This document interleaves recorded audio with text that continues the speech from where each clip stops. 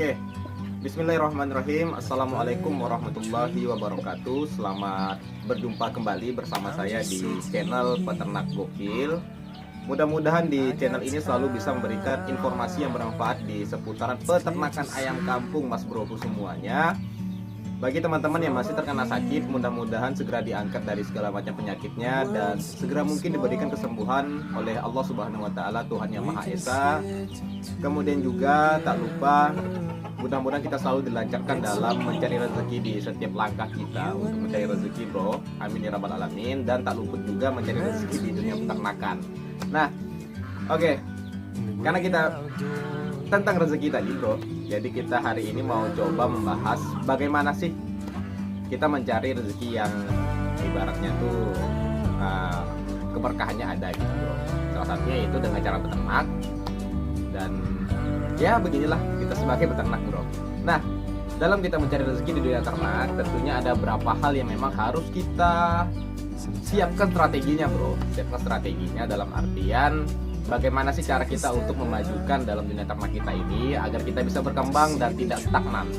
Dalam artian tidak hanya di situ-situ saja, bro. Dalam dunia usaha, apalagi dalam dunia ternak, kita harus sebisa mungkin itu mengupdate diri dalam artian dalam peternakan. Kalau kita melihatnya itu adalah suatu hal yang memang prospek dalam dunia ternaknya dan menjanjikan dari segi hasilnya, maka itu adalah sebagai peluang kita sebagai peternak untuk mengembangkan usaha kita ini menjadi lebih besar lagi untuk kedepannya. Jadi seperti itu.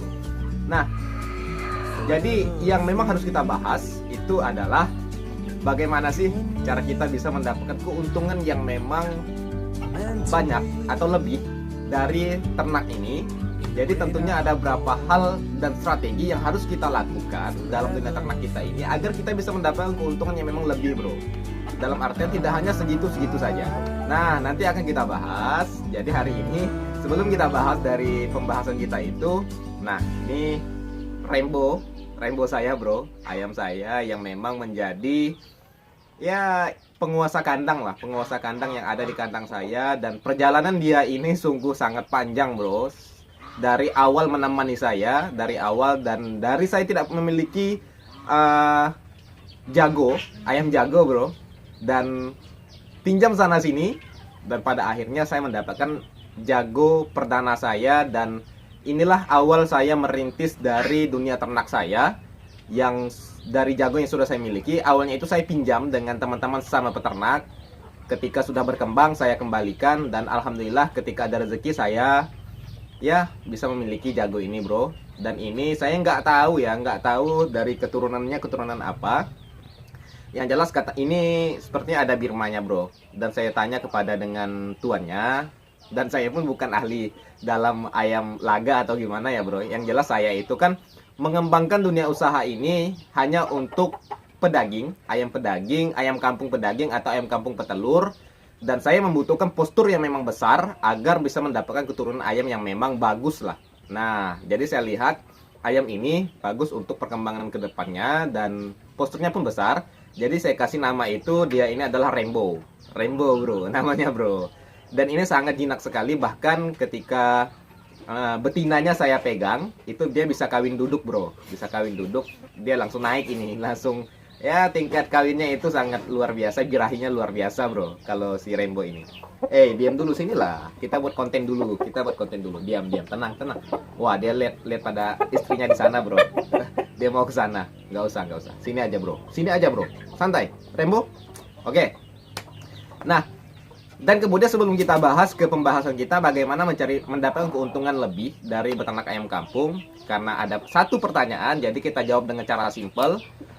Bang, ayam abang itu kok tinggi-tinggi beda dengan ayam saya yang ada di kandang saya, kenapa, bang? Nah, begini, bro. Kenapa lebih ayam-ayam saya itu terlalu tinggi? Lihat aja nih. Jagonya aja seperti ini, bro. Ini 4 kiloan. 4 kiloan ada ini, bro. Berat si jagonya ini. Nah, makanya selalu saya katakan bahwa genetik dari anak ayam itu ketika kita memiliki indukan betina dan satu pejantan, dia akan mengikuti genetik dari si pejantannya 70%, bro. Nah, maka dari itu saya selalu menyarankan carilah memang pejantan yang memang dari segi posturnya bagus, tinggi, kemudian dan besar. Nah, seperti Rainbow ini, bro. Mantap kan? Oke. Jadi sini aja kita bikin konten. Nah, sekarang kita akan bahas bagaimana sih cara kita untuk mendapatkan keuntungan yang lebih dari dunia ternak ayam kampung, agar kita itu nggak selalu stagnan dan hanya di situ-situ saja, bro. Dalam artian dalam dunia usaha itu kita butuh pengembangan, pengupgradean diri, pendalaman dalam apa yang kita sedang usahakan. Contohnya seperti ternak ayam kampung ini. Nah, yang pertama itu teman-teman, kalau misal seandainya mau beternak itu agar lebih berkembang ke depannya lagi, lakukanlah peternak itu dengan cara mandiri, bro. Kenapa dengan cara mandiri? Karena dengan cara mandiri itulah kita bisa mendapatkan keuntungan yang memang lebih. Kan tidak menutup kemungkinan. Nah, sekarang begini aja, bro. Kalau kita membeli bibit dari teman-teman sama peternak, ataupun kita membeli dari supplier-supplier yang ada, kita kan harus membutuhkan dana yang harus kita keluarkan untuk membeli bibit-bibit DOC tersebut. Sedangkan di daerah saya ini, dari bibit itu sendiri, itu per boxnya itu bisa mencapai ambang 1 jutaan, bahkan lebih. Nah, dalam artian kita harus menyiapkan dana itu untuk pembelian bibit. Makanya kita harus bisa menjadi peternak mandiri. Peternak mandiri dalam artian kita bisa menciptakan anak-anak ayam atau DOC dari indukan-indukan yang sudah kita miliki. Nah, dan tentunya itu berdasarkan dari tujuan masing-masing. Kalau saya ini kan bertujuan itu untuk pedaging, jadi saya harus memiliki ayam. Pertama itu saya merintis dari AK karena pertumbuhannya itu cukup lama, tapi sudah bisa mendapatkan keuntungan. Walaupun lama, tapi kita bagaimana mengatur manajemen secara tingkatnya, itu bagaimana kita bisa panen dari per bulannya, bro. Dan pada akhirnya nanti kita mau mempersempit lagi, yaitu menjadi per minggu, dan nanti bisa. Tapi pada akhirnya saya juga kewalahan dengan lamanya pertumbuhan dari ayam itu, sehingga kita harus memiliki kandang yang memang cukup banyak. Nah, pada akhirnya saya mencari solusi dan dapatlah dari genetik ayam kampung petelur yang memang bisa memproduksikan telur itu dengan cukup banyak untuk kedepannya. Jadi ini kan lagi berjalan yang ada di belakang saya ini, bro, yang selalu kita sharingkan di belakang ini adalah ayam KUB yang selalu kita sharingkan. Dan nanti ketika sudah produksi, baru kita bisa menciptakan DOC dari ayam-ayam kampung petelur kita ini, bro. Dalam artian, tapi saya tidak akan meninggalkan dari AK saya, bro, ayam kampung asli saya yang sudah saya silangkan dengan ini ada darah Birmanya, ada Bangkoknya. Tidak akan saya tinggalkan, bro, karena saya menyadari bahwa mereka ini adalah perintis utama saya, sehingga saya bisa sampai saat ini dari kandang sederhana, dan sekarang pun masih sederhana sebenarnya, bro. Nah, jadilah kandang yang seperti ini, dan sedikit banyak dari dia ini juga banyak, bro, sudah menghasilkan anakan-anakan dari pejantan ini, si Rainbow ini, bro. Nah, jadi seperti itu. Jadi pentingnya kita menjadi peternak mandiri dalam artian kita itu memangkas dari segi pembelian bibitnya, bro. Karena kita tadi sudah bisa mencetak DOC sendiri. Nah, dari segi itu, apabila kita mengeluarkan dana itu 1 juta untuk pembelian bibit DOC-nya, dalam artian kita hanya bisa mengeluarkan paling tidak setengah dari itu. Kenapa bisa setengah? Karena induk-induk yang kita miliki ini harus kita kasih makan juga, bro. Dalam artian kita sudah memangkas setengah dari biaya kos untuk pembelian DOC-nya. Nah, itu secara mandiri. Yang pertama, itu poin yang pertama. Jadi kita memiliki indukan, kita harus bisa menjadi peternak skala mandiri. Kemudian yang kedua, setelah kita menjadi mandiri dan memiliki indukan-indukan yang sudah siap produksi, dalam artian apalagi seperti ayam kampung yang di belakang saya ini sebagai ayam kampung genetik petelur, kita itu harus bisa menyiapkan yang namanya itu adalah mesin tetas, bro. Kenapa harus ada mesin tetas? Karena begini. Jadi saya jelaskan dulu. Ayam AK itu bertelur paling banyak itu bisa mencapai di angka 15, bahkan kita ambil paling tertingginya itu 20. Sejenis ayam AK, ayam kampung asli. Tapi ketika ayam Bangkok yang memang dari segi produksi telurnya itu paling banyak itu 10 butir, bro. Nah, dalam artian sangat sedikit yang mereka hasilkan. Kemudian lagi dipotong dengan masa angkrem 21 hari. Masa asuh anak bisa dikatakan 1 atau 2 minggu. Otomatis itu sudah memotong waktu kita. Beda halnya dengan genetik ayam kampung petelur. Dan mereka bisa memproduksi telur, apalagi sejenis ayam kampung petelur yang ada di belakang saya ini. Mereka bisa menghasilkan telur itu per tahunnya itu 160 sampai 180 butir telur yang bisa mereka hasilkan per ekor ayam, per indukan ayam. Nah, dalam artian itu bisa menjadi lebih prospek kita untuk kedepannya. Nah, jadi dalam artian kita singgung lagi dari mesin tetas tadi. Jadi kita harus membutuhkan mesin tetas untuk menetaskan telur-telur itu agar kita bisa mempersingkat dari AK ini, bro.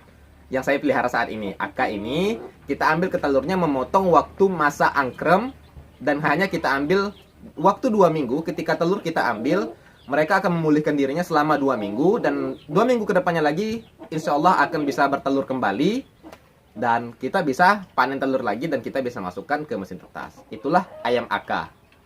Jadi ada masa jedanya bro. Beda halnya dengan ayam kampung genetik petelur, mereka akan bertelur paling, kalaupun misal seandainya mereka itu tidak bertelur 1 atau 2 hari, nanti bisa bertelur kembali, jalan lagi telur lagi kan. Jadi kita bisa panen setiap hari, dan kita bisa mendapatkan telur-telur secara kontinu, dan kita bisa mengatur tingkatan-tingkatan penetasan yang akan kita isikan di kandang kita, DOC-nya itu. Jadi seperti itu bro. Nah, jadi mesin tetas sangat penting, harus ada kalau kita mau menjadi peternak mandiri. Dan ini saya pikir kalau misal seandainya kita sudah bicara tentang masalah menjadi peternak mandiri, siapkan induk-indukan, kemudian kita memiliki mesin tetas, sudah memiliki mesin tetas. Tapi yang menjadi kendala lagi yang ketiga, poin yang ketiga itu adalah bagaimana harga pasar. Nah, ini menjadi kendala di teman-teman semuanya yang berada di luar, seperti di daerah Jawa, karena banyak yang komen di kolom komentar yang ada di bawah bro. Di video-video sebelumnya itu mereka selalu komen, bang, di sini kalau ayam yang seperti abang jual di video saya sebelumnya bro, itu kan ada saya jual ayam itu 11 ekor dan dengan harga per kilonya itu 50.000. Mereka itu komen, bang, kalau ayam sebesar itu dihargai di daerah saya itu hanya 25 ribuan bro. Nah, itu sangat disayangkan sebenarnya bro, karena memang kita tahu bahwa khasiat dari ayam kampung ini sangat banyak sekali bro. Baik dia itu kan secara rendah lemak, kemudian banyaklah yang lain manfaatnya, banyak dari ayam kampung untuk pemulihan, penyembuhan setelah operasi segala macam, banyak lah jadi seperti itu. Nah, tapi dihargai dengan harga yang memang kurang masuk akal. Nah, jadi seperti itu. Sebenarnya hal yang seperti itu saya tidak bisa memberikan solusi saran, kecuali saya hanya bisa berkata seperti ini bro. Teman-teman ketika mendapatkan harga yang memang di bawah standar, di bawah 40.000 lah, 40.000 ke bawah, bisa teman-teman lakukan bagaimana caranya teman-teman itu membuat pasaran tersendiri. Dalam artian begini bro, teman-teman memiliki ayam-ayam, kemudian teman-teman buka jual secara online, ayam potong siap antar, misalnya kan seperti itu. Dalam artian kan itu bisa menaikkan harga yang awalnya 25.000 seandainya bisa menjadi 35 bahkan sampai 40.000 dengan cara seperti itu. Nah, itu salah satu solusi mengatasi pasaran. Dan kemudian, kalau misalnya seandainya harga yang memang lumayan, di harga kisaran 40.000 atau 50.000, saya pikir itu sungguh sangat luar biasa, apalagi daerah saya ini sungguh sangat luar biasa. Walaupun harga pakan saat ini sangat naik bro, sangat mahal sekali, tapi dengan harga yang seperti itu sangat berbanding lurus dengan apa yang kita hasilkan dari ternak kita seperti itu bro. Nah, mungkin seperti itu tip dari saya agar kita bisa meraup keuntungan secara lebih. Pertama, bisa menjadi peternak mandiri. Kemudian yang kedua, siapkan alat-alat yang memang untuk pendukung dalam dunia ternak kita, itu seperti mesin tetas untuk memotong masa produksi dari kalau kita ternak ayam Aka. Kemudian kalau kita genetik petelur sih nggak ada seperti Aka bro, jadi santai. Yang penting ada mesin tetas. Nah, kemudian yang ketiga adalah ciptakan pasar tersendiri. Kalau misalnya seandainya harga di daerah teman-teman itu berbeda, jauh sekali harganya. Kalau kita hitung-hitung dari HPP-nya, itu tidak memasuki angka keuntungan yang memang luar besar gitu bang. Misalnya seandainya 5.000 ke atas, ya harus teman-teman ciptakan pasar tersendiri agar bisa mendongkrak harga itu dan kita bisa mendapat keuntungan yang memang bagus. Nah, itu. Kemudian bagi teman-teman memiliki harga yang bagus daerahnya teman-teman masing-masing itu, saya pikir kalau misalnya seandainya beternak ini menjadi suatu prospek dan bagus untuk dikembangkan, jadi saya pikir kenapa tidak. Jadi silakan dikembangkan.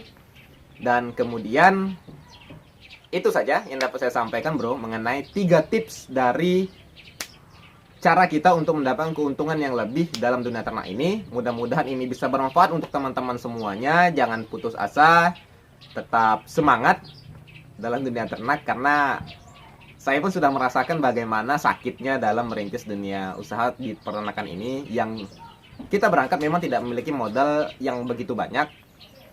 dan pada akhirnya kita bisa mencapai dari titik ini yang saya geluti sekarang, dan ini sangat luar biasa, alhamdulillah. Dan ini tentunya tidak lepas dari dukungan teman-teman semuanya, bro. Nah, teman-teman semua itu saya pikir berperan penting lah dalam dunia peternakan saya, karena dengan adanya konten ini saya bisa menjadi lebih semangat dalam membagikan pengalaman-pengalaman saya di dunia ternak. Dan alhamdulillah apa yang saya bagikan mudah-mudahan bisa bermanfaat untuk teman-teman semuanya. Dan apa yang saya sampaikan ini adalah real dari berdasarkan pengalaman saya, bro. Dan saya tidak mengada-ngada. Jadi apa yang saya sampaikan di video itulah yang saya terapkan di kandang saya, bro. Seperti jamu-jamuan, ya yang lain-lainnya lah. Jadi seperti itu. Oke?